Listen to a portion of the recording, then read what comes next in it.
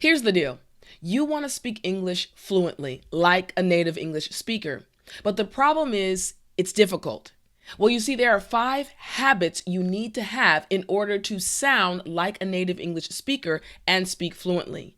And I'm going to teach you those 5 habits today. I'm Teacher Tiffani. Let's jump right in.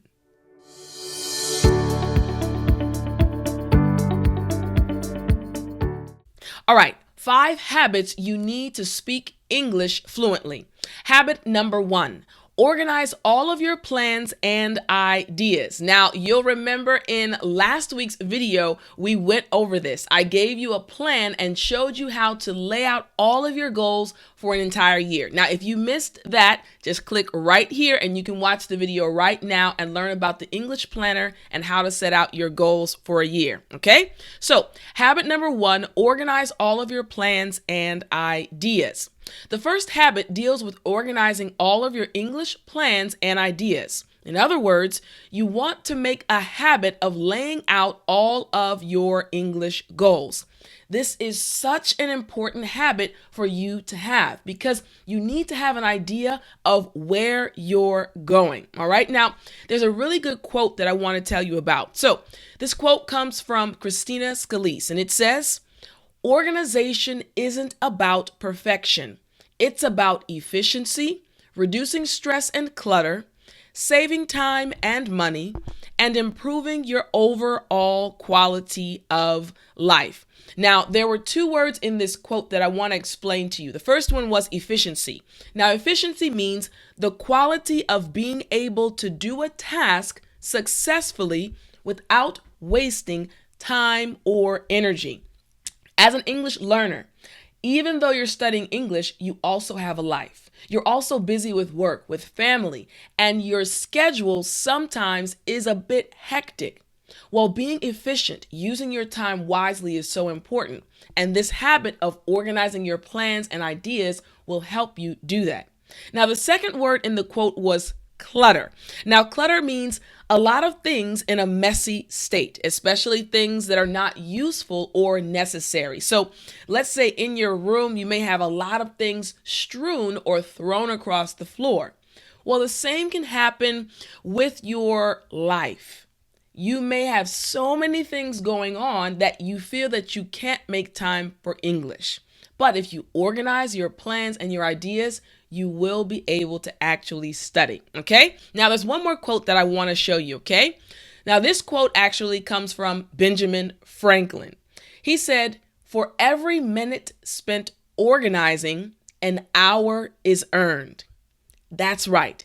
For every minute you take the time to organize your plans and ideas, you've actually gained an hour, okay? So again, habit number 1, organize all of your plans and ideas. Now, the benefits. First, you will know what you know. Now, you may say, "Teacher, what does that mean?" So, for example, as an English learner, there are things that you've learned over time. For example, if I say, "Hey, how was your day today?" You know exactly what I'm saying. You know what you know. But this will also help you feel more confident when you speak in English, okay? So, helps you to know what you know and also what you don't know, okay? Benefit number 2, you will see your progress and be able to know the steps or the next steps you need to take. You will also know which areas you need to focus on. And finally, you will decrease the nervousness and anxiety you experience when you speak in English. Now, many of you have sent me messages or even typed in the comments underneath the videos and told me how nervous you get when you speak in English. And I totally understand. Now, there is a word that I want to explain to you. The word is anxiety. Okay, so anxiety is a feeling of nervousness or worry.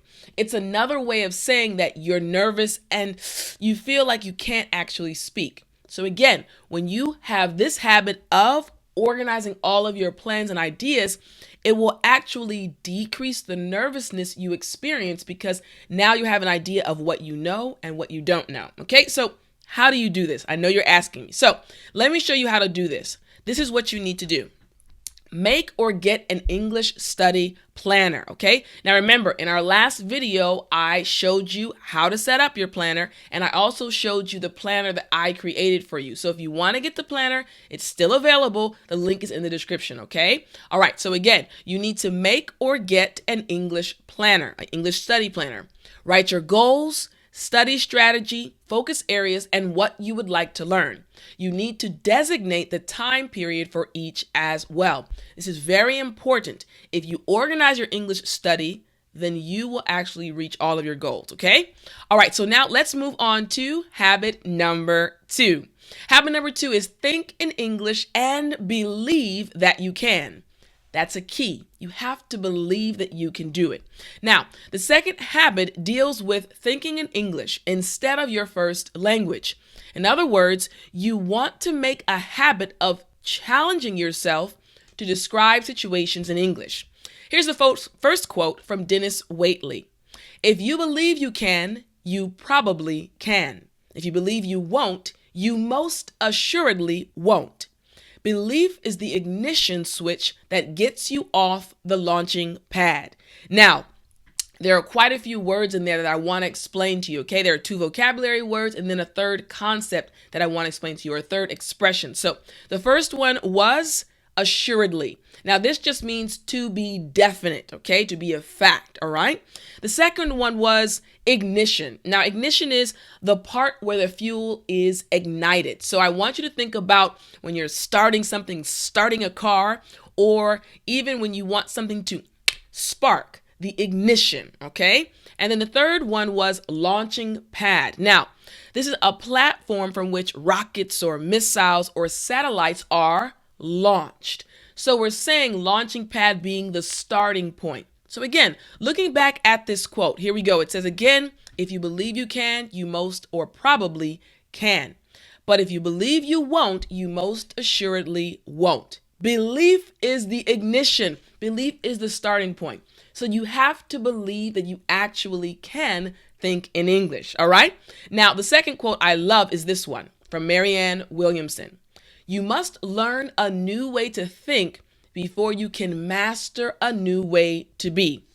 So, before you can speak like a native English speaker, you must first master how to think like a native English speaker, or think in English. Don't worry, I'm going to show you how. Now, here are the benefits of this habit. First, you will respond faster during conversations. Next, you will learn new words and patterns faster because your brain will get used to the flow. And finally, you will start connecting your daily life to English.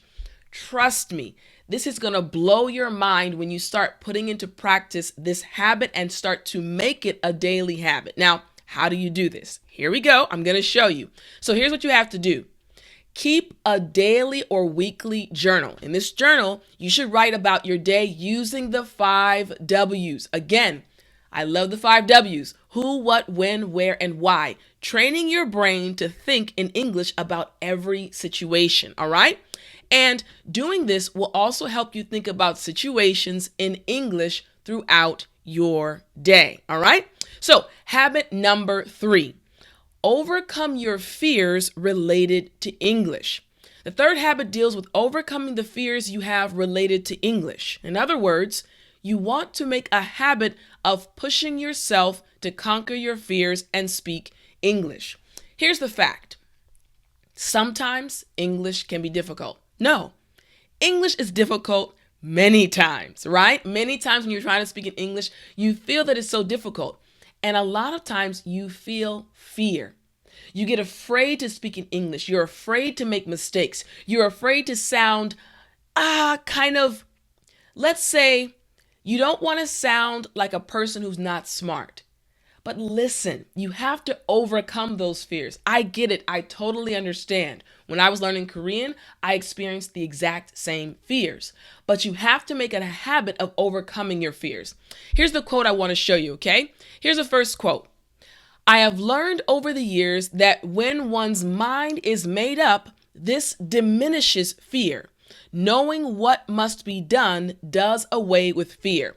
This is from Rosa Parks. So, two expressions, one expression and one vocabulary word I want to explain to you from this quote. The first one is mind is made up. Now, this is used to say when someone or that someone has made a decision and will not change it. I'm firm in my decision. I will not change. So your mind is made up. For example, you've made up your mind to study English with me, your teacher, and I'm so happy, right? Now, the other word is diminish. Now, diminish means to become reduced in size, importance, or intensity. So again, like we said, like we read in the quote, I have learned over the years that when one's mind is made up, what diminishes? That's right. When you make up your mind, your fear will decrease. Now, the second quote I want us to look at that is very powerful comes from Henry Ford. One of the greatest discoveries a man makes, one of his great surprises, is to find he can do what he was afraid he couldn't do. You can do it. That's what Henry Ford was saying. You will surprise yourself. Right now you feel like, teacher, I'm never going to be able to speak English like a native English speaker. Or I'm never going to be able to speak in front of an American. I'm too shy. No. You will surprise yourself. You can overcome your fear. Now, what are the benefits of making it a habit of overcoming your fears? Let me show you. So the first benefit is you will gain more confidence in yourself and in your ability to speak English. Next, you will go further than you thought you could. Fear limits your full potential and holds you back. Now, let me explain the word potential and the expression hold you back. So, potential means to say that someone or something has the necessary abilities or qualities to become successful in the future. You have potential. You have the potential, and I know that you can speak English fluently. Now, the other expression, hold you back, it means to prevent or restrict the advance, progress, or development of someone or something. So your fear is holding you back. Don't let it hold you back anymore. Now, here's the third benefit. Here we go. The third benefit is you will have more courage to tackle the next English challenge. Now, the word tackle just means to deal with something in a very determined or efficient way. You can do it. You can tackle it. You can be determined to overcome your fears. How do you do it? Here's what you do. Here's what you do. All right, here we go. Challenge yourself to use your English skills in front of other people. For example, you can make a phone call to a business to ask a question. That's a free call. You can call them and ask them a question about, let's say, for example, you like iPhones, or maybe you like Samsung. I love Samsung, right? Call the company and say, I have a quick question about some feature. That's a free call, but you're getting the opportunity to practice and overcome your fear, okay? Now, or you can write a comment underneath a YouTube video. There are many ways to overcome your fears. Remember, I told you all in a previous video, in the comment section, always write a comment because you're practicing your English. Don't just watch these videos and enjoy the lesson. I want you to take action. Every time you watch one of my videos, put a comment in the comment section. Use the English, overcome your fear, and don't worry about what other people say, okay? All right, let's move on to the next habit. Here we go. Now, habit number 4, listen or watch things in English. The fourth habit deals with listening and watching things in English. In other words, you want to make a habit of putting lots of real-life English into your mind. This is such an important habit. You need to watch a lot of things in English. You need to listen to a lot of things in English. Now, here's the first quote I want us to look at. Here we go. Most people do not listen with the intent to understand. They listen with the intent to reply. So many times when you're watching something or listening to someone speak, you're thinking about what you're going to say. But no, this habit is listening intently. Now, the word intent, let me explain it to you. It means to be eager and determined to do something, right? Intent. So be eager to truly listen. Be eager to take in the information, okay? And not just focusing on what you're going to say at the moment. And the next thing I want us to look at is quote number 2. Also a powerful quote, okay? Here we go. The art of conversation lies in listening. You want to have better English conversations, right? Well, Malcolm Forbes just showed you what the key is. Learning how to truly listen. So, lies in, this expression lies in, it means to come about from or to be the result of something or to depend on something. Basically, the foundation or the origin of good conversation is listening. All right, so here are the benefits. Here we go. Number one, you will become a better communicator. And a communicator is just a person who is able to convey or exchange information, news, or ideas, especially one who is eloquent, who can explain and express themselves very well. All right, benefit number two. You will gain an understanding of how your tone of voice and intonation can change the meaning of your words. Now, intonation is the way that your voice rises and falls as you speak. Now, as I'm speaking to you, I'm your teacher, so I'm speaking with confidence to express these habits to you, right? To explain them to you. But if I suddenly change my tone of voice and I'm just kind of speaking like this, suddenly the feeling changes, right? You don't feel as confident in what I'm teaching you. Exactly, right? Okay, so your tone of voice is important, all right? That's intonation. Now, the third benefit is you will improve your pronunciation and sound more like a native English speaker. All right, now how do you do this? Watch a YouTube video and analyze it. You want to pay attention to the body language used, speed, tone of voice, expressions, and vocabulary, okay? As you're watching, you see that I always use my hands when I'm speaking to you. Well, dissect the video. Wait a minute, why is Teacher Tiffani using her fingers in that way? Why is she doing that with her facial expressions?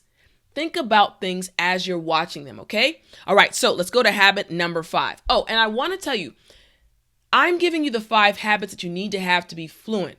But if you want the action plan, part 2 of this video, again, all members in my academy can watch part 2 of this lesson and have the 7-day action plan to start putting these habits into practice, okay? All right, so let's go on to habit number 5. Here we go. Habit number 5, take action and use what you learn.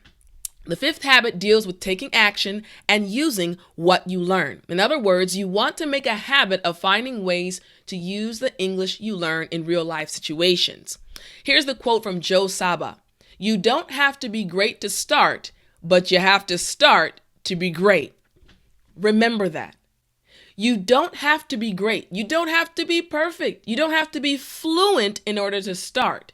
But in order to be fluent, you must start. So start today. If you want to be fluent, start today. It starts now. Take action. All right. Now, the other quote number 2 says, we are what we repeatedly do. Excellence, then, is not an act, but a habit. And that's from Aristotle. So if you repeatedly study and make it a habit to take action and to use what you learn, then you will excel. You will do well. All right. So 3 benefits of taking action. Here we go. The first benefit is you will increase your confidence. Next, you will improve your ability to speak off the cuff. Now, let me explain this to you. Off the cuff just means something done or said without being prepared or thought about in advance. So without any preparation. So think about it. When someone comes to speak to you in English, you may not have prepared anything. So you have to speak off the cuff. But if you've taken action prior to that conversation and practice over and over, then you will be able to respond. All right?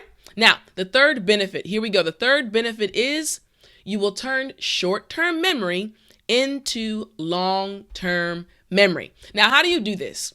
Throughout your day, you will learn various words, expressions, idioms, patterns, and other things. This is true. You learn so many things, even through my video lessons and through other amazing English teachers that are on YouTube. You learn so much through their lessons, through books and websites, right? So you need to use these things in real conversations. Now, If you don't have anyone to talk to, you may make sentences. Let me show you again my screen so you can read along with me. You can make sentences alone about your daily experiences. Again, you can use the 5 W's to make these sentences. Now, you can also use what you learned in the comments you type under YouTube videos or in groups.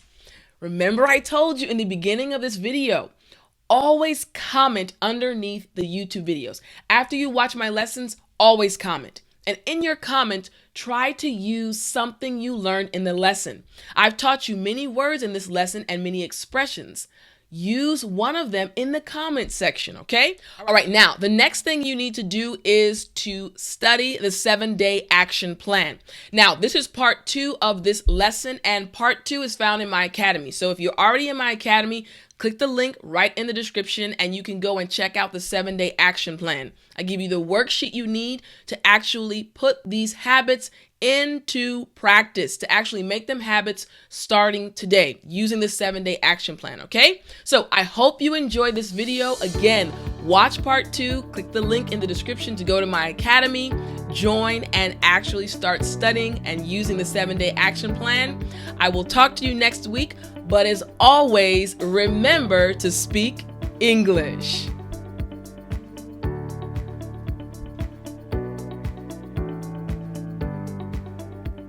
Now you know I didn't forget.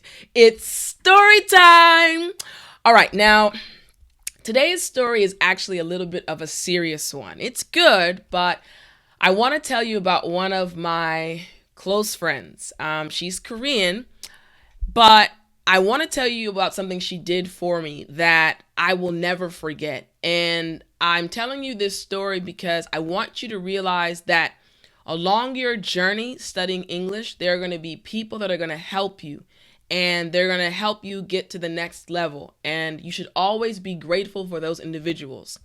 So, and I'll tell you her name at the end. So, when I was in South Korea, you know, I was a teacher there and I loved it, but I also studied Korean, and I was in grad school in South Korea. So I went to a Korean university. I went to Seouldae, which is Seoul National University, and I studied Oriental painting. And it wasn't easy. I loved it. I loved my classmates. I loved my teachers. But it was a difficult process when it got to the end because everything was in Korean and I had to take exams in Korean, and there was also an exam that I had to take that had some hanja, some Chinese letters in it. So preparing for the exam was very difficult. And to be honest, I failed 2 times. This was the graduation. I was for the graduation exam, like the final exam to graduate, and I failed 2 times. Now, the exam was only offered once every 6 months, and I told you I failed 2 times. So I studied for this test for a full year, and I still failed. And when I was coming up to the 3rd time of taking the test, I was very stressed. I was discouraged. I felt down. I felt like, can I really do this? And that's why I always tell you all that I understand exactly what you're feeling when you get frustrated when you're studying English, because English is difficult. So my friend, she was also in our department. She studied Oriental painting, and she's Korean, and we're still friends now. I asked her for some help. So I actually left Korea for 6 months just to study for the exam. So after I had failed twice and I had spent a year, so I said, you know what, let me go back to America and spend 6 months, stay with my parents. I said, do you guys mind supporting me for 6 months so that I can study for this exam full time?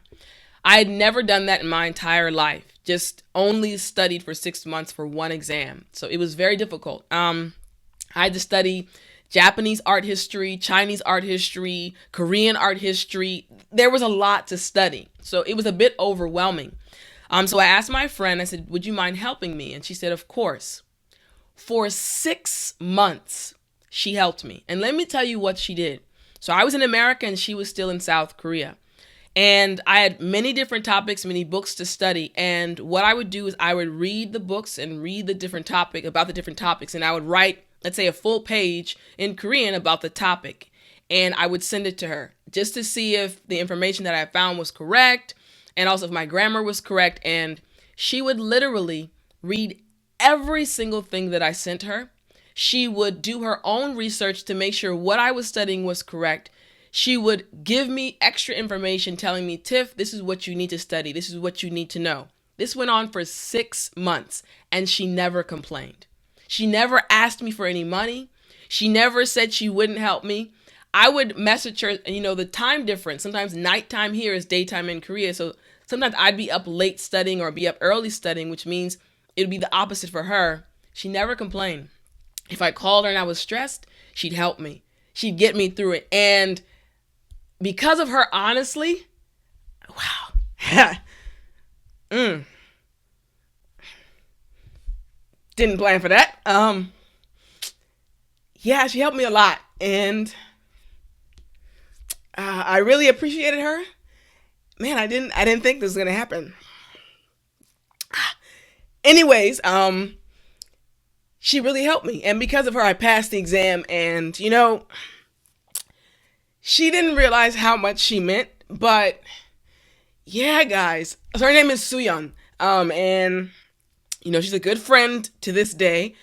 And she really helped me a lot. And, yeah, I'm really happy. And I was really blessed to have her. Oh, man. Sorry, guys. Her help really gave me the confidence in the exam, and the exam was difficult, but because of her help over that 6-month period, I was able to pass. And man, it didn't stop there. When I was writing my thesis in Korean, again, very difficult. Right before I turned it in, she spent literally, I think, a 12-hour day. Wow. Sorry, guys.